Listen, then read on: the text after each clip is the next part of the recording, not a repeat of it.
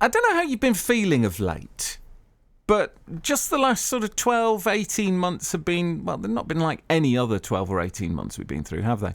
And a fair few people I've been speaking to just say that they kind of lost a bit of, and I include myself, I count myself amongst these people, lost a bit of zhuzh. Yeah, it's kind of, you get up and go, sort of get up and gone a bit, and you just feel, little things. You just get them out of proportion. It's like, what do you mean the kettle's broken? It's all a disaster. It's all a nightmare. It's all too much. And lots of research gone on this last sort of since the pandemic about how people are feeling and about how we're all collectively feeling and how we're feeling individually and how we're coping with it. Because life's complicated enough without throwing in some kind of pandemic. And on that basis, I thought this lunchtime we'd just take a look at how do we manage this stuff? How do we manage ourselves, our own emotions? How do we look after those we love and care for? And how do we make sure we're aware of what some of the signs are when people, if they are feeling burnt out, what can we find out about this? What can we look for? What kind of things can we do to help? Tanya Diggory is the ideal person to explain this, because Tanya is from thisiskarma.com. Karma as in more calm, not as in instant karma or that kind of thing. Although I suppose the two are related. Tanya, good afternoon. Lovely to see you. Thanks very much for coming on. Thank you so much for having me again, Stuart. Am I right here? I guessed earlier on that lots of houses are selling because I'd seen lots of sold signs up. I'm guessing here, just from people I know and the people I talk to on a regular basis, loads of us are a bit stressed out at the minute. Yeah, it's not really surprising, is it? When you think about, especially the last year, a lot of our sort of basic human needs felt very restricted or taken away. Like, for instance, the really important fundamental human need of human connection and, being around people that we love and seeing them regularly. Also the need for variety in our lives and for doing things that we enjoy. That's a big part of what makes us happy, and it was very much restricted. So that coupled with health issues or health anxiety for a lot of people, it's been a hell of a year, hasn't it?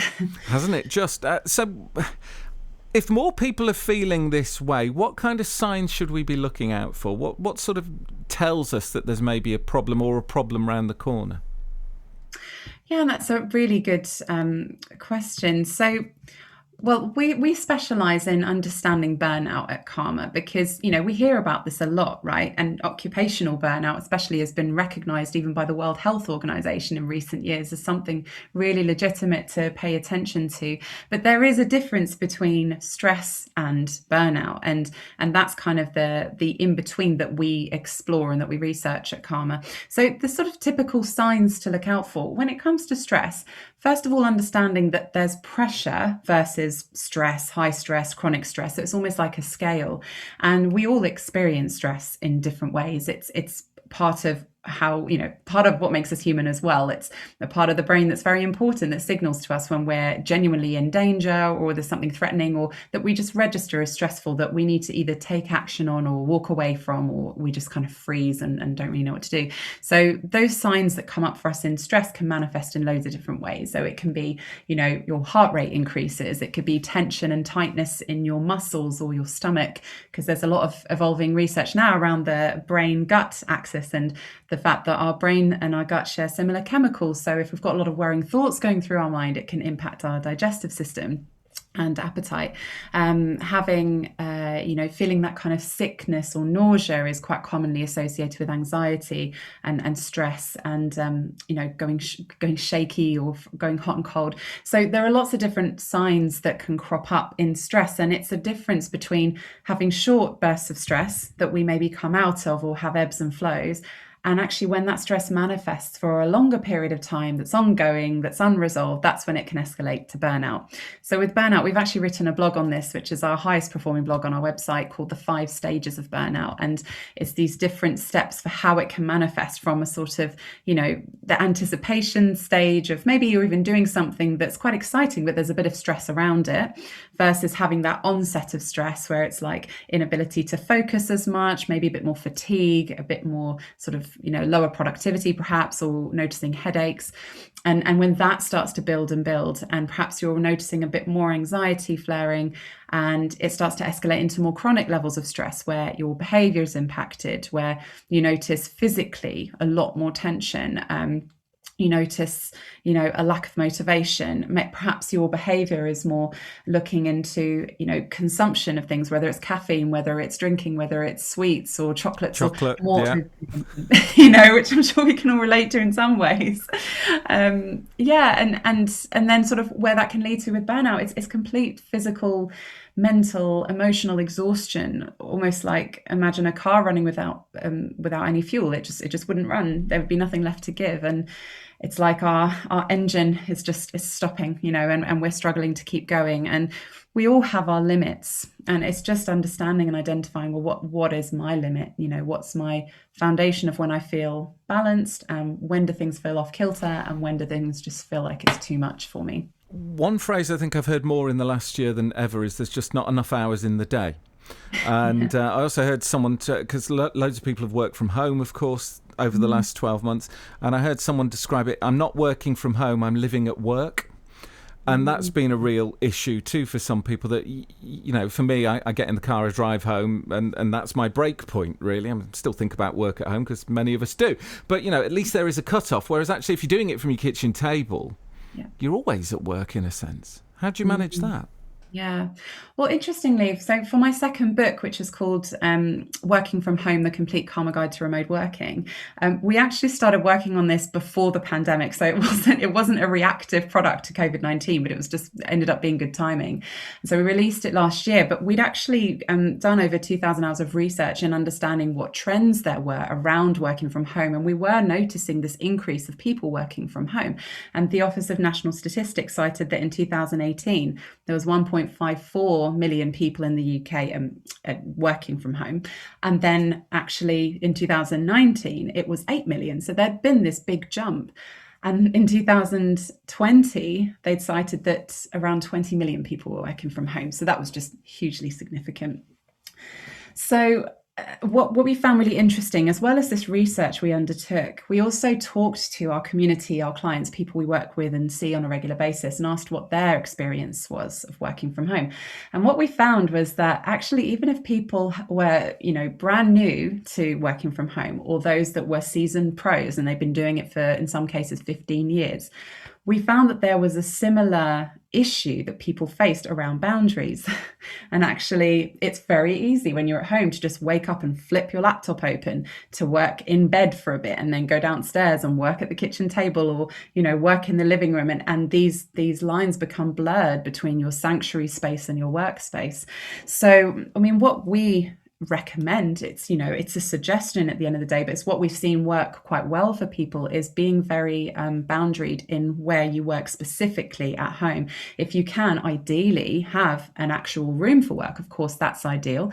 If not, I appreciate that's not the case for some people. So even just designating that small designated space within, say, your living room or your kitchen area that is solely for work, and then not, and kind of keeping that boundary around that, and giving yourself permission to prioritize different things in your day that take you a little bit away from that space, but trying not to, as much as you can, move like your setup, into different parts of your house, because otherwise then it does start interrupting, the flow of your home life. Well, you said earlier, Tanya, that you'd blogged about the 5 stages of burnout.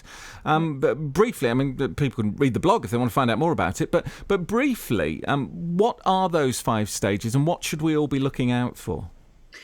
So the 5 stages start with what we call the honeymoon phase. So it's like when you undertake a new task. Often, if we relate it to work, for example, you're experiencing, good job satisfaction, maybe you're taking on something new. So it may be sort of predicted stresses that you're perhaps a bit aware of, but this kind of, you're wanting to prove yourself in what you're doing. You've kind of got sustained energy levels, but noticing a bit of, say, anticipation around it all. And so that second stage is that onset of stress. So it can begin with a bit more of an awareness that some days might feel a bit more difficult than others. and perhaps a few unexpected things have come to the surface. But you might find that your optimism is waning slightly, and you notice a few issues with maybe anxiety, like I say, tiredness, perhaps a bit of forgetfulness or irritability. And in terms of physical aspects, headaches or heart palpitations, or feeling tension in the body. Now, short manageable bursts of stress is one thing. You can feel those symptoms or signs and find ways to manage stress to come out of it. But if you're feeling that at an ongoing level for a longer period of time, that can lead into more chronic stress levels. So that's the third stage of burnout. And it's that noticeably having a marked change in your stress levels. So going from motivation and perhaps anticipation to experiencing stress on an incredibly frequent basis.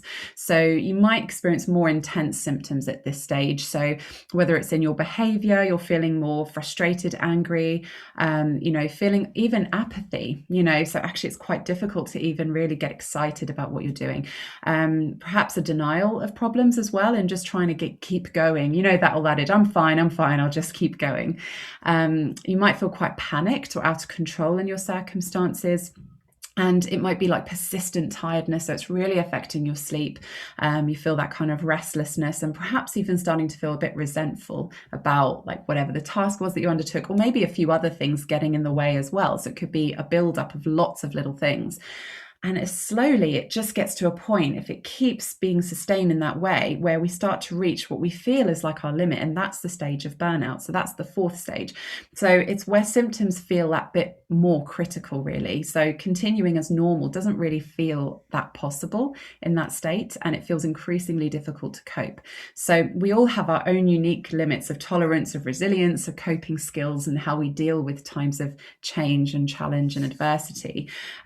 So it's unique to each individual person. But the symptoms at this stage would be really clear behavioral changes, a real deviation away from what the norm is usually like for you, more chronic headaches perhaps, or stomach issues, more tension and pain in the body, perhaps internally things like self-doubt, self-deprecating thoughts, negative repetitive thinking patterns, and almost like that escapist mentality. You just want to escape reality, and feeling very detached from how you usually would.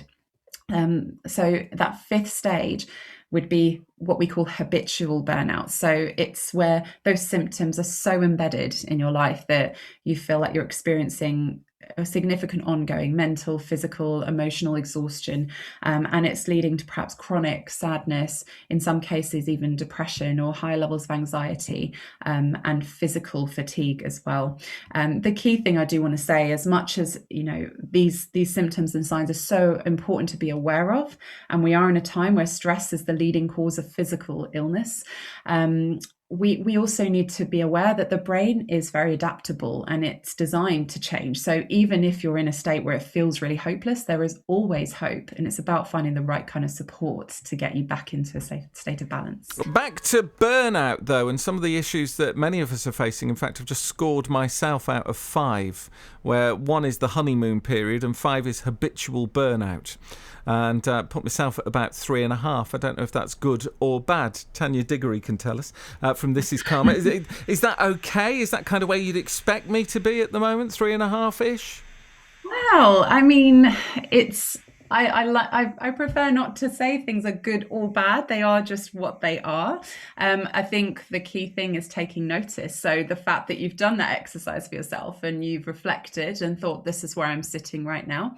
I hope sincerely that after our conversation today, you can find a few ways to backtrack that a little bit, perhaps for yourself, and manage it. And I think that that's the thing about stress and burnout. It's about managing it and taking notice when it starts to bubble to the surface, perhaps, and remembering that you can take control, even if it doesn't feel like it at the time. But it's finding what support works for you and what mechanisms work to help you take a bit more control back. So what's out there then? I mean, I hear lots of things about mindfulness, for example. They're even teaching it in primary schools around here, I notice. What is it, and what can we learn from it?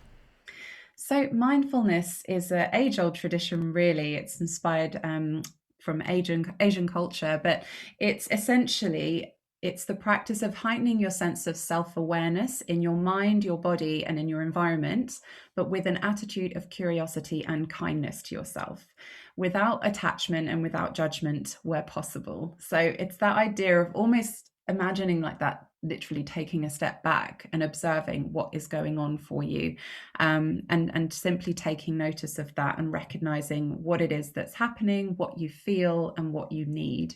And that really is a practice. It's not a case of arriving at a point and saying, right, that's it. I'm 100% confident. I'm not going to struggle again. I'm 100% mindful all the time. We're human beings at the end of the day, and we never know what life is going to put our way, right? So it's about helping ourselves by tapping into practices such as mindfulness that can enable us to be a bit more centered in our approach to dealing with challenges. Okay, you've made it sound a little bit complicated. Is it hard to learn, or is it really easy?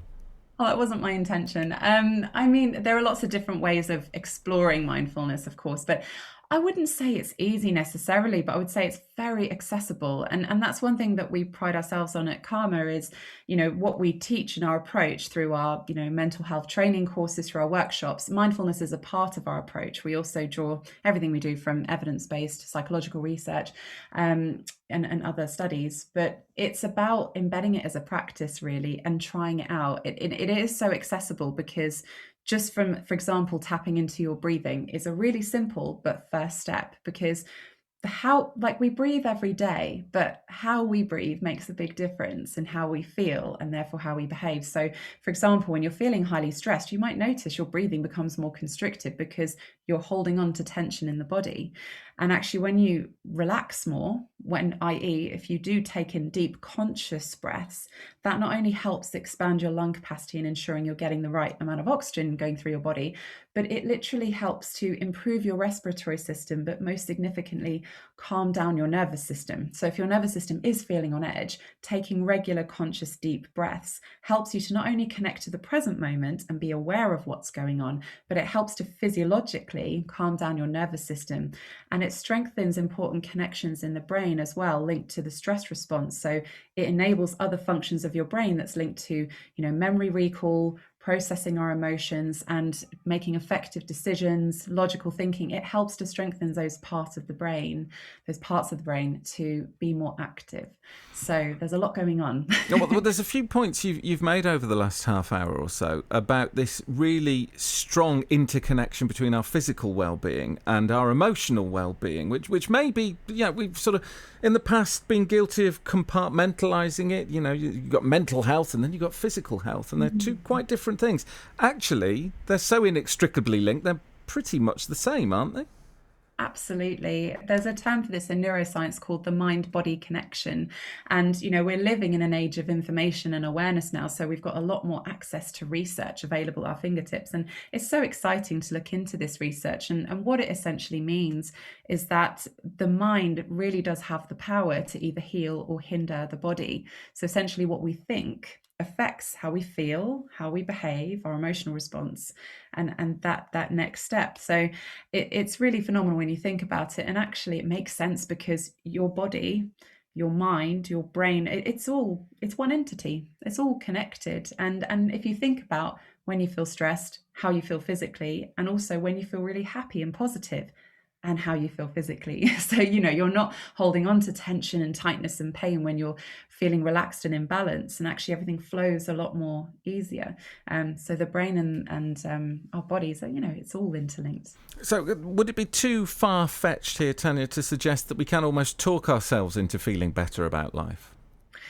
I wouldn't say it's necessarily that simple, especially if someone's going through something, traumatic and very difficult in their life. I would say that it's habits to cultivate. So, becoming more self-aware, being mindful of what feels like your foundation level, what makes you feel balanced. And when that feels off kilter is really important. And mindfulness can help you tap into that, through breathing techniques, through other mindfulness practices and activities to become more self-aware so that you can regulate your emotions a bit easier and down-regulate that stress response. but it is an ongoing practice, and it's exploring lots of different methods and activities that may work for you and some might not work, and that's fine. But also never underestimating, just how powerful it is to talk, to express how you feel, to speak to someone you trust, because it does physically lessen that tension in your body too. And it's a process. It helps you move on to that next step that you need to identify what's going on for you, what support do you need. Of course, there are lots of psychological forms of support nowadays. There's charities that are doing wonderful work in the mental health space. So we are living in the best time there's ever been, really, for mental health and wellbeing support. But for some people, I mean, one of the great things that strikes me about mindfulness is it's something you can do almost anywhere, at any time, and on your own. You don't need, that listening ear or that shoulder to cry on and all those things, which are brilliant. But actually, if all it is about being more aware of where you are, I could do that now. I could pay more attention to the mouse or the pen I've been wafting around in front of you. You may have noticed it because we're on a video call here over the last 25 minutes. I always have a pen in my hand and scribble things and stuff. But I never pay any attention in the way that we never pay attention to when we breathe. Yeah. And again, like being aware of that's really important. And perhaps as an exercise you could do is just look at kind of what a typical day looks like for you, or a week, and what do you prioritize, and where could be those little gaps, those little micro breaks in the day. And we've actually on our podcast, Take Regular Breaks, we've got actually an episode on how to take micro breaks in the day. So I'd really encourage tuning into that, and just giving yourself permission to start taking a step back, because if you're trying to be mindful in a whir of busyness and you've still got loads of things going on around you, it can be very difficult to focus and concentrate on that. And so whether it's choosing to take those little micro times in the day to write down how you feel or what you need, or speak to someone briefly, or listen to music that's uplifting, shouldn't be too difficult for you, working on a radio station. See what we've got coming up, actually. Yeah, we'll be all right. Yeah. So choosing whatever works for you. And, there's a lot of research around being in nature and, being outdoors. And these things, we're not saying, oh, do these and then you'll feel instantly fine. It's being aware of what helps you feel reset, what replenishes your energy levels and makes you feel a bit more centered, so that you can create a bit of space in your mind to figure out what it is that you need next. Do you need to speak to someone? Do you need to find some more clarity? Is there an issue at work that needs to be addressed that's just not been addressed yet? And actually, when that's done, that will lessen the stress level lots. Is there someone you need to talk to about something sensitive that's not been addressed yet? And what could that look like? So it's about creating the headspace to actually identify what it is, because we have very busy minds and we're very busy people. But just as we prioritize everything that we do in the day, it's about, recognizing that self-care isn't a wishy-washy term. It's actually rooted in science. And when you do take little bits of time and longer where you need for your own self-care, for your healing and for your self-awareness, not only does it help you be at your best for yourself, but it helps you also be at your best for other people around you. So it does create a positive ripple effect. And for people listening who are concerned about burnout and think, maybe they've done the honeymoon, they've been through the onset of stress onto chronic stress, and now they're through burnout into habitual burnout. Where do you go from there? Is it the GP? Is that the first person to go to try and help you? Yeah, I mean, that's a good starting point, just to speak to a medical professional, because, we certainly don't encourage people to self-diagnose. It's more recognizing these signs and symptoms. And when it's getting too much, and we all know what that feels like or can learn what that feels like, then it is about speaking to someone. So whether it is speaking to a GP or calling up, an info line like Mind, a mental health charity that do wonderful work to support people on their mental health journey. And there's Samaritans that have a 24/7 helpline. So there's literally always support available to speak to an advisor, and to get that support. Of course, NHS on 111 as well, if you're really concerned, just to get that first conversation. And I know it's not always easy, and, especially with everything going on at the moment, it can be difficult to get an appointment as well. So, that's why I also mentioned those charitable, organizations that have helplines too, and to get advice on what that next step could be. But yeah, it's a journey, but we can all start now by starting to, give ourselves that permission to take little bits in the day, and what that could give us, just to take that time for ourselves to recognize how we're feeling and what we need.